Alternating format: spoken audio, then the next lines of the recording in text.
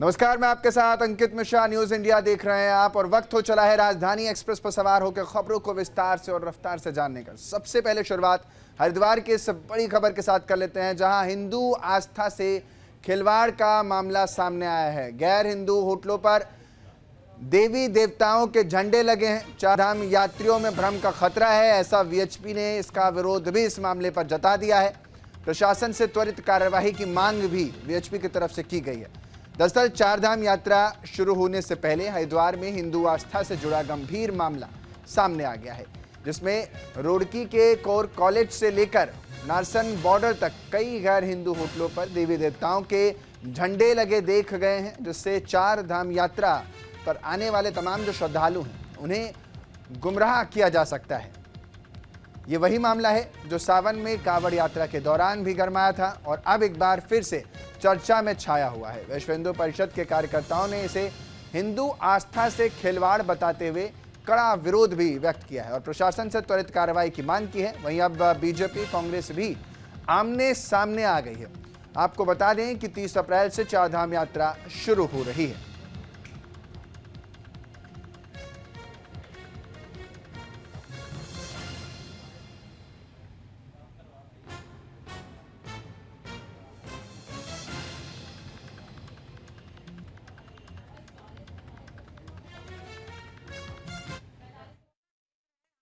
धाम की यात्रा जो कि अभी हमारी शुरू होने वाली है और यहाँ पर अभी देखने को मिला है कि किस प्रकार से लोग कुछ गलत प्रवृत्ति के लोग देवी देवताओं की तस्वीरें या फोटो रख करके मूर्तियां रख करके लोगों को दिग्भ्रमित करने का काम कर रहे हैं। तो ऐसे लोगों से सावधान रहने की आवश्यकता है और सरकार भी इसमें संज्ञान ले रही है और जांच कर रही है ऐसे लोगों के खिलाफ जो यात्रा के दौरान जो है गलत तरीके से देवी देवताओं की तस्वीरें हमारे हिंदुओं की आस्था पर चोट पहुंचाने के लिए अगर वो अपने पास रख रहे हैं और लोगों को भ्रमित करने का काम कर रहे हैं, तो ये गलत है। किसी की भी आस्था के साथ खिलवाड़ नहीं होना चाहिए और सरकार जिस प्रकार से जांच कर रही है, क्योंकि यात्रा बहुत ही सुंदर और भव्य है और श्रद्धालु जब यहाँ आते हैं इस प्रदेश के अंदर, क्योंकि उत्तराखंड देवभूमि है, तो यहाँ से एक मैसेज लेकर के जाते हैं। ऐसा कोई मैसेज इस प्रदेश से नहीं जाना चाहिए कि लोग यहाँ पर किसी को भ्रमित करने का काम करते हैं, गलत तरीके से वो अपने नाम को चेंज करके या गलत धारणा के साथ में दिग्भ्रमित करने का काम करते हैं। तो इस प्रकार का नहीं होना चाहिए।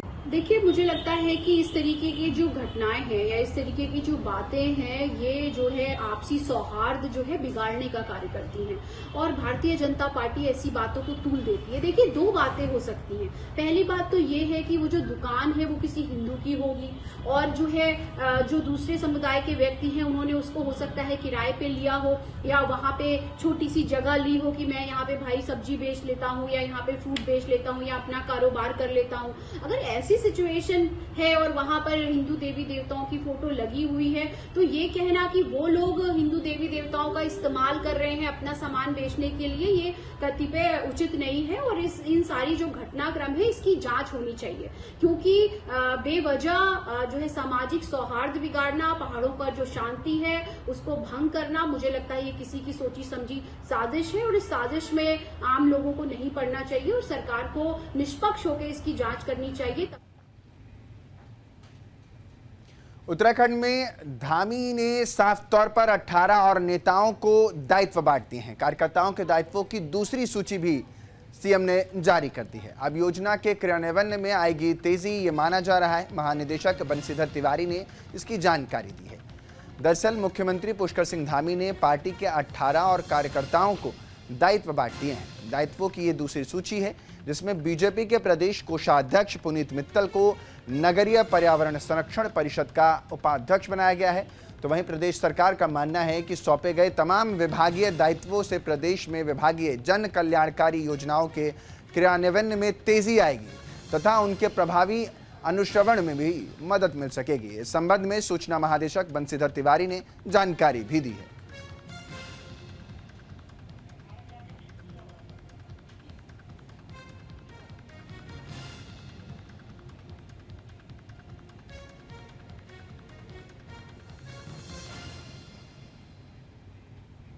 मुख्यमंत्री ने जिन कार्यकर्ताओं को दायित्व बांटे हैं उनके बारे में मैं आपको बता देता हूं कि किसको कौन सा दायित्व दिया गया है। तो निम्न प्रकार से जो दायित्व हैं अब मैं उनको आपको बताता हूं। महानुभावों के वो कौन कौन से नाम हैं, जिसमें सबसे पहला नाम आता है बलवीर धुनियाल का, जो कि उपाध्यक्ष उनको जिम्मेदारी मिली है। जड़ी बूटी सलाहकार समिति सुरेंद्र मोघा उपाध्यक्ष हैं। उत्तराखंड पशु कल्याण बोर्ड उनको मिला है। भुवन विक्रम डबराल उपाध्यक्ष हैं, जड़ी बूटी सलाहकार समिति उनको मिली है। सुभाष भरतवाल उपाध्यक्ष हैं, राज्य निर्माण आंदोलनकारी सम्मान परिषद की जिम्मेदारी। पुनीत मित्तल उपाध्यक्ष हैं, नगरीय पर्यावरण संरक्षण परिषद की जिम्मेदारी उन्हें मिली है। गिरीश धोबाल जिन्हें उपाध्यक्ष बनाया गया है और प्रदेशीय मौन परिषद की जिम्मेदारी मिली है। गीताराम गौड़ हैं, उपाध्यक्ष हैं, उत्तराखंड जनजाति सलाहकार परिषद संभालेंगे। डॉक्टर जयपाल उपाध्यक्ष बनाए गए हैं, उत्तराखंड राज्य उच्च शिक्षा उन्नयन समिति के। देशराज कर्णवाल हैं, जिन्हें उपाध्यक्ष बनाया गया है, समाज कल्याण योजना एवं अनुश्रवण समिति के। अजीत चौधरी उपाध्यक्ष, उत्तराखंड राज्य किसान आयोग इसमें होंगे। तो वहीं प्रताप सिंह पवार हैं, उपाध्यक्ष हैं, राज्य औषधीय पादप बोर्ड के। जगत सिंह चौहान हैं, उपाध्यक्ष हैं, राज्य स्तरीय लघु सिंचाई सलाहकार समिति के। गीता रावत अध्यक्ष, राज्य स्तरीय सतर्कता समिति की। शंकर कोरंगा उपाध्यक्ष होंगे, राज्य स्तरीय जलगाम परिषद के। तो वहीं महेश्वर सिंह महारा हैं, उपाध्यक्ष चाय विकास सलाहकार परिषद के। सरदार मंजीत सिंह सह अध्यक्ष होंगे, प्रदेश स्तरीय गन्ना विकास सलाहकार समिति के। तो वहीं नवीन वर्मा को उपाध्यक्ष बनाया गया है, जो वरिष्ठ नागरिक कल्याण परिषद उनको जिम्मेदारी है। अशोक नाब्याल उपाध्यक्ष हैं, उत्तराखंड जनजाति सलाहकार परिषद के। तो उत्तराखंड में कैबिनेट विस्तार की सुगबुगाहट तेज हो गई है। देहरादून में कैबिनेट विस्तार पर बहस भी छिड़ी हुई है। कैबिनेट विस्तार ना होने पर बीजेपी ने सफाई भी दी है। कैबिनेट विस्तार बीजेपी का अपना अंदरूनी मामला है, ना कि कांग्रेस का कैबिनेट विस्तार से कोई सरोकार। कांग्रेस ने कैबिनेट विस्तार न होने पर बीजेपी को घेरा था, जिस पर यह जवाब आया है। दरअसल धामी मंत्रिमंडल में विस्तार और फेरबदल की चर्चा तेज हो गई है। वहीं इस मुद्दे पर बीजेपी और कांग्रेस में बहस शुरू हो गई है।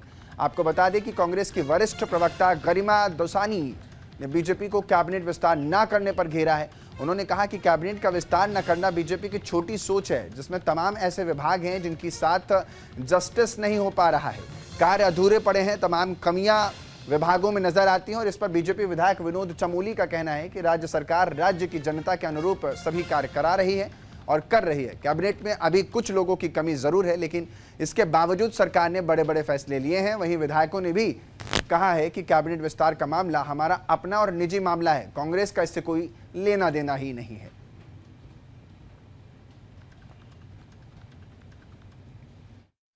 इसलिए चाहिए मुख्यमंत्री को भी हटा दो, ये प्रदेश फिर भी अच्छे से चलेगा, कहीं बेहतर ढंग से चलेगा। अगर इतनी छोटी सोच है भाजपा के प्रवक्ताओं की और नेताओं की कि 12 सदस्यों का हमारा मंत्रिमंडल है, मुख्यमंत्री को मिलाकर उसमें से 5 मंत्रियों के पद खाली चल रहे हैं, तो विभागों को पूर्णकालिक मंत्री नहीं मिल पा रहे हैं, विभागों के साथ जस्टिस नहीं हो पा रहा है, विभागों की जो कमियां हैं, जो टेक्निकलिटीज हैं, जो लूप होल्स हैं, जो ड्रॉबैक्स हैं, उस पर किसी की नजर नहीं जा रही। एक एक मंत्री को उसकी कुव्वत, उसकी हैसियत से ज्यादा, उसकी काबिलियत से ज्यादा आपने जो है विभाग थोप दिए हैं।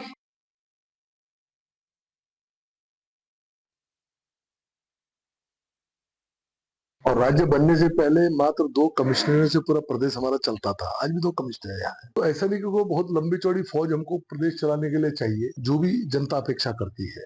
तो कैबिनेट में विस्तार नहीं भी होता है तो काम पर उसका कोई प्रभाव नहीं है, प्रदेश का काम अनवरत आगे बढ़ रहा है। और जहाँ तक कैबिनेट विस्तार का प्रश्न है, ये कांग्रेस की चिंता का विषय नहीं होना चाहिए, ये भारतीय जनता पार्टी का हमारा अपना मैटर है। चारधाम यात्रा को लेकर तैयारियां तेज हो गई हैं। यात्रा को लेकर उत्तराखंड पुलिस की तैयारियां पूरी युद्ध स्तर पर नजर आ रही हैं। चारधाम श्रद्धालुओं को अब स्मार्ट सिक्योरिटी भी मिल सकेगी। सुरक्षा और यातायात को लेकर कई विशेष व्यवस्थाएं की गई हैं।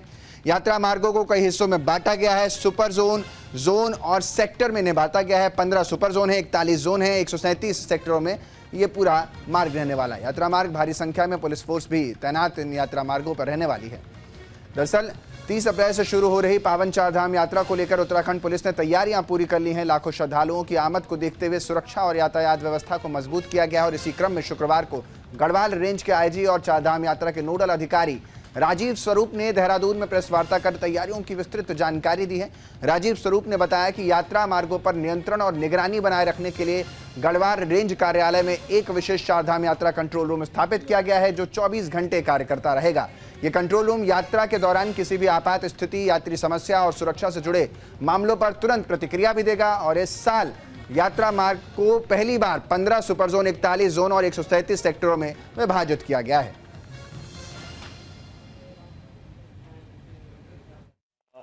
हम लोगों ने जो जो व्यवस्थाएं की हैं उसमें मैं आपको बता देता हूं कि ये इस यात्रा में हमने इस बार 2 नए प्रयोग किए हैं। एक प्रयोग है जो हमने अपने रेंज लेवल पे एक डेडिकेटेड चारधाम यात्रा सेल, उसको हमने यहाँ पे सृजित किया है रेंज कार्यालय में, जिसमें हमारे एक उसके जो हेड जो होंगे वो एडिशनल एसपी रैंक के अधिकारी होंगे और उनके साथ में उनके कोऑर्डिनेशन के लिए इंस्पेक्टर रैंक के 1 अधिकारी होंगे, सब इंस्पेक्टर रैंक के 3 अधिकारी होंगे। बाकी हमारा जो पुलिसकर्मी वर्ग होगा वो यहाँ पे डिप्लॉय रहेंगे और वो जो है वो 24/7 इसमें काम करेंगे।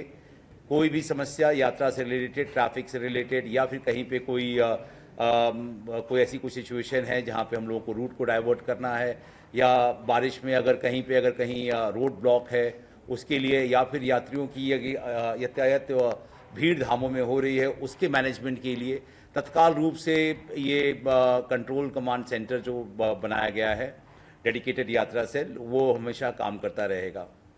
दूसरा इस बार हमने ये प्रयोग किया है कि आप जैसा जानते हैं कि हमारे 4 श्री धाम हैं जिसके 4 अलग अलग रूट्स हैं। अगर हम श्री यमुनोत्री धाम और गंगोत्री धाम का रूट देखें तो उसके रूट्स पे, और जो श्री केदारनाथ और श्री बद्रीनाथ का रूट है उसके रूट पे हम लोगों ने इस बार एक ऐसी व्यवस्था की है कि संपूर्ण जितने भी रूट्स हैं हमारे चारों धाम के लिए उसको विभिन्न सेक्टर्स में बांटा है। और इसके अंदर में हमने इसके जो सेक्टर्स जो बांटे गए हैं उसमें जो 15 सुपर जोन्स में इसको डिवाइड किया गया है, जिसको कमांड करेंगे हमारे एडिशनल एसपी रैंक के अधिकारी या फिर सीनियर डिप्टी एसपी रैंक्स के अधिकारी जो है वो सुपर जोनल हेड होंगे। 41 जोन्स में हम इसको विभाजित किया गया है, जिसमें हमारे senior inspectors, sub inspector ranks के ऑफिसर्स रहेंगे, और 137 सेक्टर्स में हमने इसको पूरा डिवाइड किया है। तो इसका मैं आपको शॉर्ट में ये बता दूं कि संपूर्ण यात्रा को जैसे रूट्स हैं उसको हमने टेंटेटिवली 10 to 15 किलोमीटर्स में इसको हमने बांटा है। चारधाम यात्रा से पहले उत्तरकाशी से बड़ी खबर सामने आ रही है, जहां घोड़े खच्चरों में इन्फ्लुएंजा संक्रमण फैल गया है। संक्रमण मिलने पर अलर्ट मोड पर सरकार नजर आ रही है। घोड़े हों या खच्चर हो, इनकी स्वास्थ्य जांच अब अनिवार्य कर दी गई है। रोगग्रस्त पशुओं को इस यात्रा में शामिल नहीं किया जाएगा, ये भी जानकारी।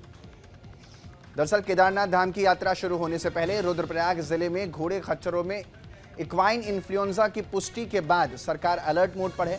पशुपालन मंत्री सौरभ बहुगुणा ने मामले में बैठक कर घोड़े खच्चरों की अनिवार्य रूप से स्वास्थ्य जांच के निर्देश दिए। विभाग के अधिकारियों को यह निर्देश दिया गया कि निकट भविष्य में चारधाम यात्रा प्रस्तावित है और ऐसे में शीर्ष प्राथमिकता पर घोड़े खच्चरों की स्क्रीनिंग की जाए ताकि रोगग्रस्त पशु यात्रा में शामिल न हो पाए। सीमावर्ती इलाकों में पशु रोग नियंत्रण चौकियों पर कड़ी जांच कर दी गई है और इसी के साथ रुद्रप्रयाग जिले में क्वारंटाइन सेंटर भी बनाए जा रहे हैं ताकि संक्रमित पशुओं को आम घोड़ों से अलग रखा जा सके। पशुधन प्रसार अधिकारी सुभाष रावत ने जानकारी दी कि यात्रा मार्गों पर चलने वाले तमाम पशुओं के ब्लड सैंपल भी लिए जा रहे हैं, जिन्हें जांच के लिए भेजा जाएगा। जांच रिपोर्ट नेगेटिव आने के बाद ही उन्हें यात्रा में शामिल होने की इजाजत होगी। इक्वाइन इन्फ्लुएंजा के जो है लक्षण रुद्रप्रयाग में पाए गए हैं जी, जिस कारण उच्च अधिकारियों के निर्देशानुसार आज इक्वाइन पशुओं का, खच्चर, घोड़े, इन सभी का जो है ब्लड सैंपल लिया जा रहा है परीक्षण के लिए। आज दिनांक में हमने जो है 28 सैंपल कलेक्ट किए हैं। ये कार्यक्रम क्षेत्र के जितने भी जो है पशु, घोड़े खच्चर पशु हैं, इक्वाइन पशु, जब तक सभी का सैंपल लिया जाएगा तब तक चलेगा।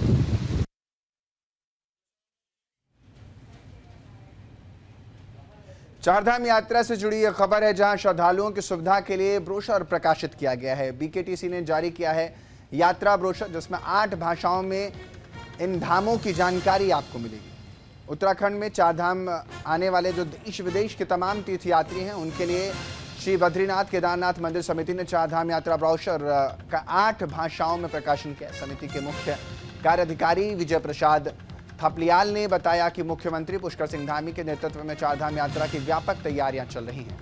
पर्यटन मंत्री सतपाल महाराज के मार्गदर्शन और सचिव पर्यटन के दिशा निर्देशन पर चारधाम यात्रा को देखते हुए मंदिर समिति ने 8 भाषाओं में यह ब्रोशर प्रकाशित किया है। ब्रोशर हिंदी, अंग्रेजी, गुजराती, बंगाली, मराठी, तेलुगु, कन्नड़ और मलयालम आदि भाषाओं में प्रकाशित किया गया है। तीर्थयात्रियों को उत्तराखंड चारधाम के अधीनस्थ मंदिरों की जानकारी इससे मिलेगी। साथ ही शीतकालीन यात्रा स्थलों की भी जानकारी दी जाएगी।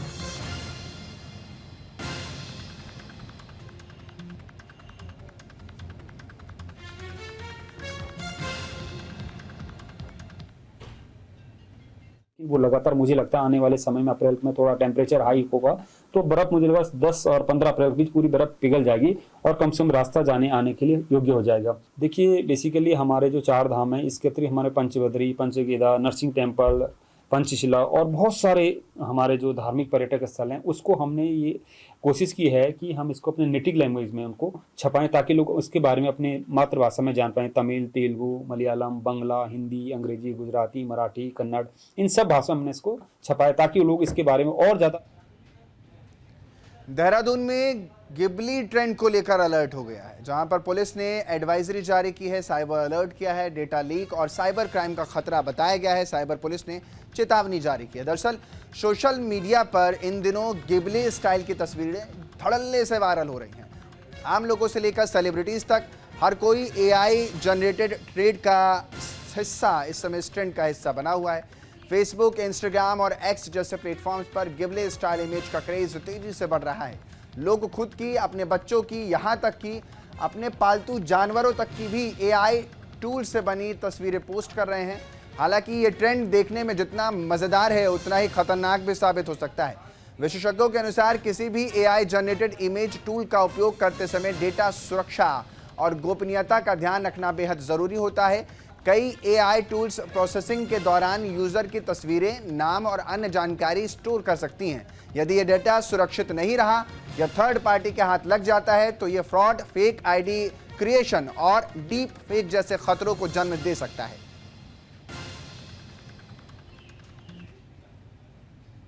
उत्तराखंड में वक्फ संशोधन बिल का समर्थन देखने को मिला है, जहां वक्फ बोर्ड अध्यक्ष ने इसका समर्थन किया है। वक्फ संशोधन विधेयक का विरोध करने वालों पर बयान भी दिया और कहा कि जो लोग विरोध कर रहे हैं वो मुसलमान ही नहीं हैं। लोकसभा में और राज्यसभा में वक्फ संशोधन विधेयक के पास होने के बाद उत्तराखंड में लोगों की प्रतिक्रियाएं भी सामने आ रही हैं, जिसमें मुस्लिम समुदाय के कुछ लोग वक्फ संशोधन विधेयक का विरोध कर रहे हैं, तो वहीं उत्तराखंड वक्फ बोर्ड के अध्यक्ष शादाब शम्स ने इसका समर्थन किया। सुनिए क्या कुछ उन्होंने कहा है। मोदी सरकार गरीबों के हक की लड़ाई लड़ रही है तो असदुद्दीन ओवैसी और जावेद साहब ही सुप्रीम कोर्ट पहुंच रहे हैं और सुप्रीम कोर्ट पहुंच रहे हैं कि गरीबों को उनका हक ना मिल जाए। चलिए, लोकतंत्र में अधिकार है, आपकी असहमति है, पार्लियामेंट में पास हो गया है और आपको अधिकार है लोकतंत्र में, आप जाइए, मोस्ट वेलकम। विरोध दर्ज कराना है, पीसफुल विरोध, दायरे में रह के, दायरे में रहेंगे तो बेहतर रहेगा, कायदे में रहेंगे तो फायदे में रहेंगे, ऐसा हमारा मानना भी है। लेकिन देश को जलाने की, देश के साथ कोई षड्यंत्र करने की कोशिश कोई ना करे, ये हमारा गुजारिश भी है। और गरीब मुसलमानों से मेरी खास गुजारिश है कि वो किसी के बहकावे में ना आए, वो टूल ना बने, क्योंकि जो मलाई खा रहे हैं उनके बच्चे विदेशों में पढ़ रहे हैं। लोकतंत्र में बिल जब पास होता है, पार्लियामेंट से पास होता है, अपर हाउस लोअर हाउस से पास होता है, तो असंवैधानिक कैसे हो सकता है? इसमें देश जलाने की बात नहीं होनी चाहिए, इसमें गरीब मुसलमानों को उकसाने की बात नहीं होनी चाहिए, इसमें कम पढ़े लिखे मुसलमानों को सामने लाकर उनके कंधे पे बंदूक चलाने की बात नहीं। चैत्र नवरात्र का आज 8वां दिन है। मां दुर्गा के 8वें स्वरूप मां महागौरी की पूजा मंदिरों में सुबह से ही भक्तों की भीड़ उमड़ रही है। दुर्गा अष्टमी पर कई जगहों पर कन्या पूजन भी हुआ। चैत्र नवरात्रि का आज 8वां दिन है, जिसे महाअष्टमी के रूप में मनाया जा रहा है। इस पावन अवसर पर मंदिरों में मां दुर्गा के 8वें स्वरूप माता महागौरी की पूजा अर्चना के लिए श्रद्धालुओं का तांता लगा है।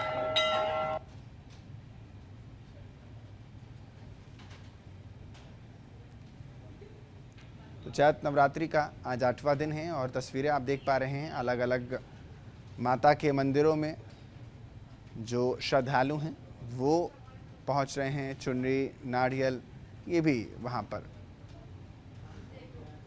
चढ़ाते हुए नजर आ रहे हैं। ये दो तस्वीरें आपको दिखा रहे हैं हरिद्वार की और नैनीताल की। हरिद्वार में मां चंडी देवी मंदिर है और दूसरी तरफ नैना देवी मंदिर,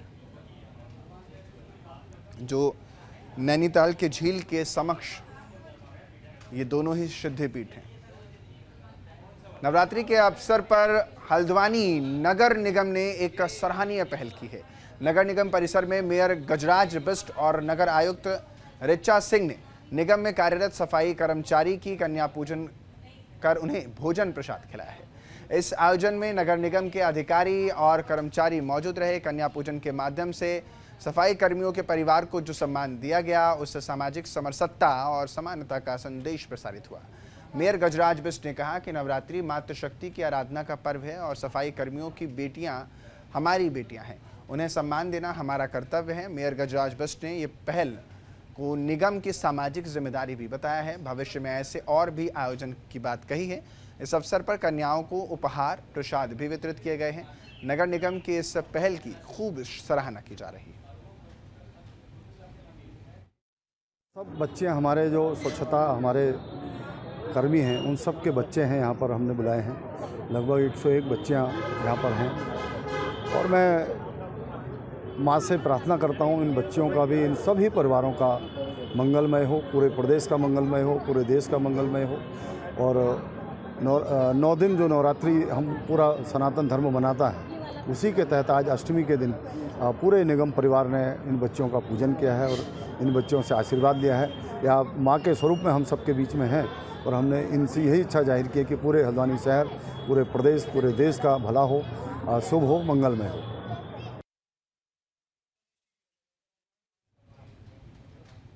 खबर लक्सर से है, जहां जेके टायर कंपनी के आंदोलित कर्मचारी और फैक्ट्री प्रबंधन के साथ प्रशासन की ओर से बुलाई गई वार्ता बैठक एक बार फिर से बेनतीजा साबित हो जाती है।